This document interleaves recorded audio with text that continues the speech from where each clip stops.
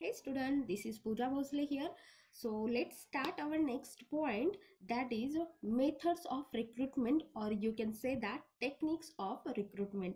आपल्या syllabus मध्ये technique of recruitment आहे, methods and technique both are same here. Okay, so let's start to study the technique of recruitments. Okay, so recruitment methods or technique refers to means by which an organization reaches to potential job. Okay, तर job seekers जे आहेत आपल्याकडे available, तर त्यांच्यापर्यंत जाण्यासाठी कुठल्या पद्धतीची technique आपण यूज करू शकतो है ना.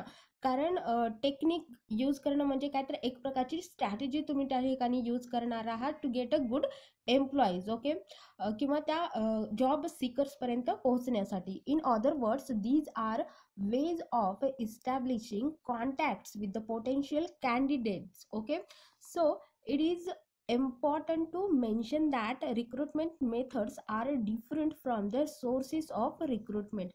Why it is it? पहा की सोर्सेस ऑफ रिक्रुटमेंट म्हणजे काय स्टडी केलेलं होतं आपण, इंटरनल अँड एक्सटर्नल सोर्सेस पाहिलेले होते. तर हे सोर्सेस आहेत ज्यांचा की तुम्ही वापर करणार आहात. ओके, ते सोर्सेस आहेत ज्यांचा तुम्ही कशासाठी वापर करणार आहात, तर त्या ठिकाणावरनं आपले एम्प्लॉईज मिळवण्यासाठी. बट मेथड्स म्हणजे काय है ना, तर मेथड्स हे डिफरंट असतात सोर्सेस ऑफ रिक्रुटमेंट पेक्षा. म्हणून आपल्याला हे स्टडी करायचे आहेत या ठिकाणी. The major line of a distinction between the two is that while the former is the means of establishing link with the prospective candidates, the latter is location where the prospective employees are available. See, तर ज्या ठिकाणी employees हे available आहेत त्यांच्यापर्यंत आपण पोहोचणार कसं, याला काय म्हटलं जातं, किंवा त्या मार्गाला त्या वेला काय म्हटलं जातं, तर मेथड्स म्हटलं जातं.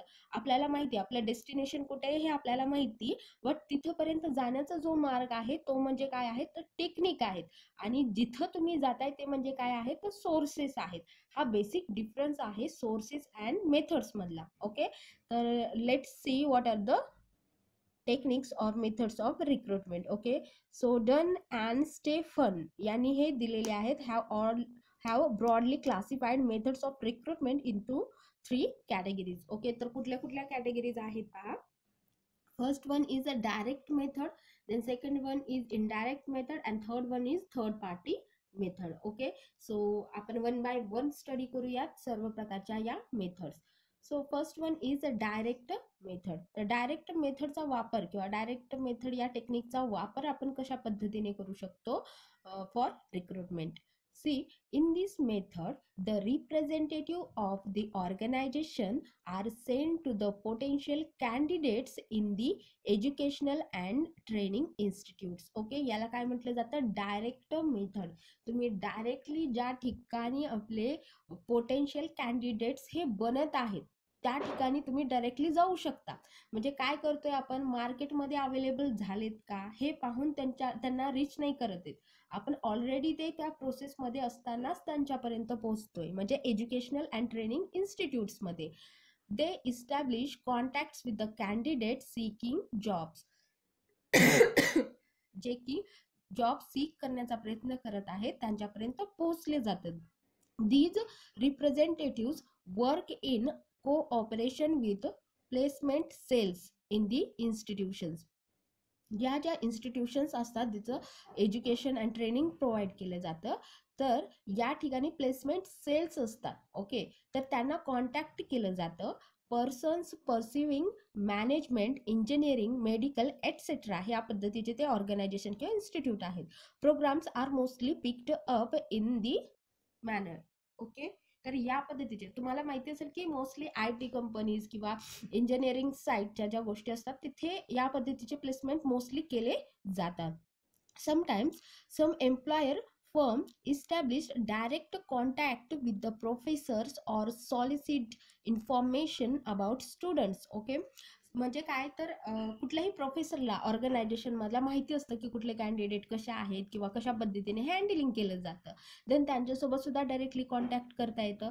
त्याचबरोबर solicit information about students with excellent academic records. Solicit हे एक अशी इन्फॉर्मेशन आहे पहा की जिथनं तुम्हाला असं मिळतं की कुठले विद्यार्थ्यांचा कधी सत्कार केलेला आहे किंवा किती बेटर कुठला आपला वर्कर त्या म्हणण्यापेक्षा स्टुडंट आहे है ना, तर कुठला स्टुडंट किती बेटर आहे किंवा कुठला स्टुडंट आपल्या एम्प्लॉईज बनण्याच्या ठीक एबल आहे, हे सगळं आपण कधी मिळवू शकतो ही इन्फॉर्मेशन, तर सॉलिसिट इन्फॉर्मेशन मधनं आपल्याला ही इन्फॉर्मेशन मिळते. Okay, sending the recruiter to the conventions, seminars, setting up exhibits at fairs and using mobile office to go to the desired centers are some other methods used to establish direct contact with the job seekers. Okay, so these are the techniques which are used to get the employees. Okay, अशा पद्धतीचे आपण काय करू शकतो तर employees मिळवण्यासाठी technique use करू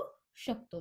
then second is indirect method. बघा, डायरेक्ट मेथड याला काय म्हटलं गेलं होतं, कारण इथं तुम्ही डायरेक्टली एम्प्लॉईजला रीच करताय. ओके, डायरेक्टली त्यांच्यापर्यंत पोहोचताय. बट इनडायरेक्ट मेथड कशा पद्धतीची मेथड आहे बघू. Indirect method include advertisements in news papers. Okay, म्हणजे तुम्ही इथे डायरेक्टली रीच करताय का, डायरेक्टली त्यांच्यापर्यंत पोहोचताय का, नाही, तुम्ही इथे एका मीडियाचा यूज करताय to seek the employees. Okay, on the radio and television, in professional journals, technical magazines, etc. Okay, professional journals खूप सारे अवेलेबल असतात रिलेटेड टू बँकिंग और अदर्स. ओके, तर अशा पद्धतीचे जे जर्नल्स असतात जे की मोस्टली स्टुडंट लोक रीड करतात, अशा प्रकारच्या मॅगझिन्समध्ये किंवा जर्नल्समध्ये ॲडव्हर्टाइजमेंट केली जाते. This method is useful when organization does not find suitable candidates to be promoted to fill up the higher post. Okay, तर हे कधी यूज केलं जातं जेव्हा आपल्याकडे कॅन्डिडेट्स अवेलेबल आहेत but they are not that good in their skill. Okay, so त्या टायमिंगला आपण काय करू शकतो तर या पद्धती यूज करू शकतो. when the organization wants to reach out to vast territory. Okay, when organization wants to fill up the scientific, professional and technical post. म्हणजे काय तर वास्ट टेरिटरी म्हणजे जास्तीत जास्त एरिया मध्ये तुम्हाला हे तुमचे न्यूज पसरवायचे आहेत आणि बेस्ट कॅन्डिडेट त्या ठिकाणी चूज करायचा असेल देन आपण ही मेथड यूज करू शकतो. ओके, मी ऑलरेडी तुम्हाला सांगितलेलं होते की तुम्ही एका स्टेटमध्ये आहे, तुमची एका स्टेटमध्ये त्याच्या ठिकाणी तुमची काय आहे तर कंपनी आहे, बट ती एक मोठी किंवा बिग एम्पायर आहे. देन तुम्हाला चांगल्या पोस्टसाठी चांगला कॅन्डिडेट हवा असेल देन तुम्ही त्यांच्यापर्यंत कसं जाणार, त्याकरिता नॅशनल लेवलचे जे मॅगझिन्स आहेत, जर्नल्स आहेत, न्यूजपेपर आहेत, तर त्यांच्या थ्रू तुम्ही हा बेस्ट कॅन्डिडेट मिळवू शकतात. राईट, म्हणजे अदर स्टेट मधनं असेल किंवा बेस्ट कॅन्डिडेट्स असतील तर त्यांना तुम्ही कसं अक्वायर करू शकता या प्रोसेस थ्रू, तेच या ठिकाणी सांगितलेलं आहे. तिथे आपण इनडायरेक्ट मेथड यूज करू शकतो. The experience suggest that the higher the position to be filled up in the organization or the skill sought by the more sophisticated one, the more widely dispersed advertisement is likely to be used to reach to many suitable candidates. Okay, through this method you can easily get whatever we want to get. Okay, sometimes many organizations so far what is referred to as blind advertisement, in which only box number is given and the identifier of the organization is not disclosed. However, organizations with a regional or national repute do not usually use blind advertisement for obvious reasons. Okay, जर बऱ्याच ठिकाणी असं होते की advertisement पेपरमध्ये दिली जाते but box number हा दिला जात नाही, म्हणजे ओपनली डिस्क्लोज केले जात नाही, कारण ओपनली सांगितलं जात नाही. का असं केलं जातं, कारण अशा ॲडव्हर्टाइजमेंटला आपण का ब्लाइंड ॲडव्हर्टाइजमेंट म्हणतो पहा, की एक प्रोसेस असते रिक्रुटमेंटची आपल्याकडे जे की गव्हर्नमेंटसाठी किंवा बाय रूल आपल्याला ती काय करावी लागते तर पेपरमध्ये देणं कंपल्सरी असतं. बट आपल्याकडे ऑलरेडी कॅन्डिडेट असतील, अवेलेबल आहेत, आपण रिक्रुटमेंट करतोय, बट एक फॉर्मॅलिटी म्हणून तुम्हाला काय करावं लागतं, ॲडव्हर्टाइजमेंट द्यावं लागतं. तर त्यामध्ये कुठल्याही डीप इन्फॉर्मेशन ऑर्गनायझेशनची ही डिस्क्लोज केलेली नसते. अशा ॲडव्हर्टाइजमेंटला ब्लाइंड ॲडव्हर्टाइजमेंट म्हटलं जातं, जिथे की इन्फॉर्मेशन पूर्ण दिलेली नसते. तर अशा पद्धतीचा सुद्धा या ठिकाणी काय केलं जातं तर यूज केला जातो. While placing an advertisement to reach to the potential candidate, the following 3 points need to be borne in mind.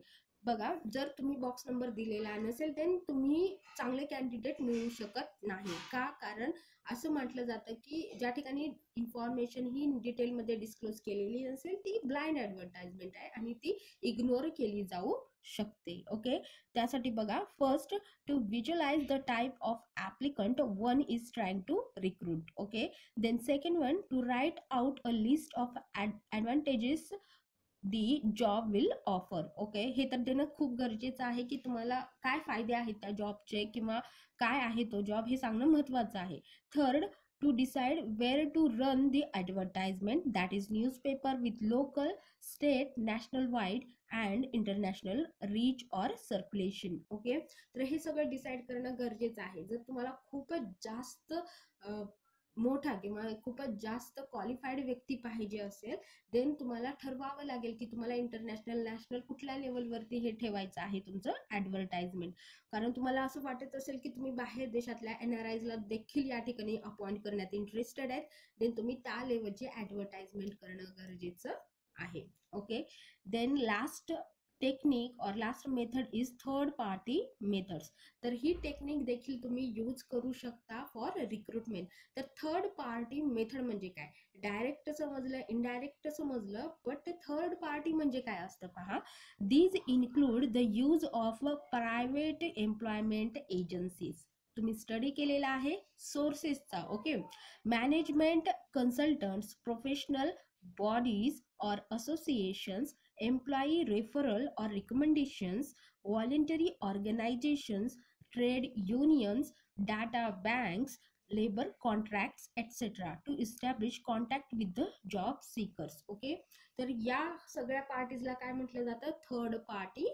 Okay, तर या पार्टीज थ्रू देखील आपण काय करू शकतो? तर रिक्रुटमेंट करू शकतो. Now a question arises, which particular method is to be used to recruitment employees in the organization. हे कसं डिसाइड करणार आपण की कुठली मेथड आपल्या ऑर्गनायझेशन साठी बेटर असणार आहे? C, the answer to it is that it will depend on the policy of the particular firm, the position of the labor supply and the government regulation in this regard and agreements with the labor organization. हे अत्यंत महत्त्वाचे points आहेत. Okay, म्हणजे काय पहा की policy of particular firm, तुमची policy काय म्हणते, तुम्हाला कशा पद्धतीने एम्प्लॉईजला त्या ठिकाणी ठेवायचं आहे, की तुमचं जास्त फोकस हे कशावरती आहे. तुम्ही वेलफेअरवरती भरोसा करता, म्हणजे एम्प्लॉईज वेलफेअरवरती कॉन्सन्ट्रेट करता, फोकस करता, की जस्ट तुम्हाला फक्त तुमचं प्रोडक्शनवरती फोकस करायचं आहे.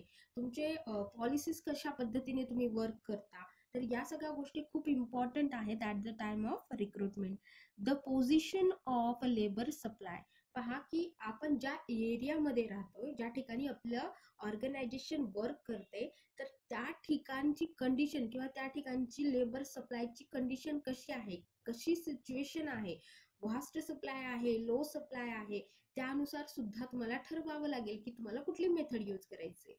फॉर एक्झाम्पल, जर आपल्याकडे लेबरचा सप्लाय खूप जास्त असेल देन तुम्ही डायरेक्ट मेथड यूज करू शकता, राईट. पण आपल्याकडे सप्लाय, आपल्या एरियामध्ये सप्लाय खूप कमी असेल देन आपल्याला दूरवरती ॲडव्हर्टाइजमेंट करावी लागेल, देन इनडायरेक्ट मेथड यूज करावी लागेल, राईट. तर आपल्याला जो सुटेबल कॅन्डिडेट हवा आहे तो अवेलेबलच नाही आसपास, तर अशा ठिकाणी तुम्हाला इंटरनॅशनल लेवलवरती जायचं असेल तर तुम्हाला थर्ड पार्टी सुद्धा यूज करावी लागेल, राईट. म्हणजे तुम्ही ॲडव्हर्टाइजमेंट तर करताय बट तुम्हाला असं वाटतं की तुमच्या थर्ड पार्टी मेथड थ्रू काय होईल, बेटर एम्प्लॉई आपल्याला मिळेल, देन तुम्हाला थर्ड पार्टी मेथड यूज करावी लागेल. सो सप्लाय सुद्धा मॅटर करतो. त्यानंतर नेक्स्ट आहे गव्हर्नमेंट रेग्युलेशन. ओके, तर गव्हर्नमेंट रेग्युलेशन पहा की स्टेटनुसार किंवा सेंट्रल बेसवरती हे रेग्युलेशन्स खूप जास्त चेंज असतात, है ना. तर याच्याशी सुद्धा तुम्हाला काय करावं लागेल, तर डील करावं लागेल. ॲग्रीमेंट्स असतात, तुम्ही ॲग्रीमेंट्स केलेले असतात लेबर सोबत किंवा लेबर ऑर्गनायझेशन सोबत, त्या ॲग्रीमेंटला फॉलो करणं गरजेचं आहे. ओके, तुम्ही यांना इग्नोर करून रिक्रुटमेंट नाही करू शकत. सो या सगळ्या गोष्टींना कन्सिडर करणं गरजेचं आहे अँड देन तुम्ही ठरवू शकता की कुठली मेथड तुम्हाला यूज करायची आहे फॉर रिक्रुटमेंट. ओके, तर मेथड किंवा टेक्निक, तर या सगळ्या टेक्निक आहेत, या सगळ्या मेथड्स आहेत ज्यांचा यूज आपण रिक्रुटमेंट प्रोसेसमध्ये करू शकतो. ओके.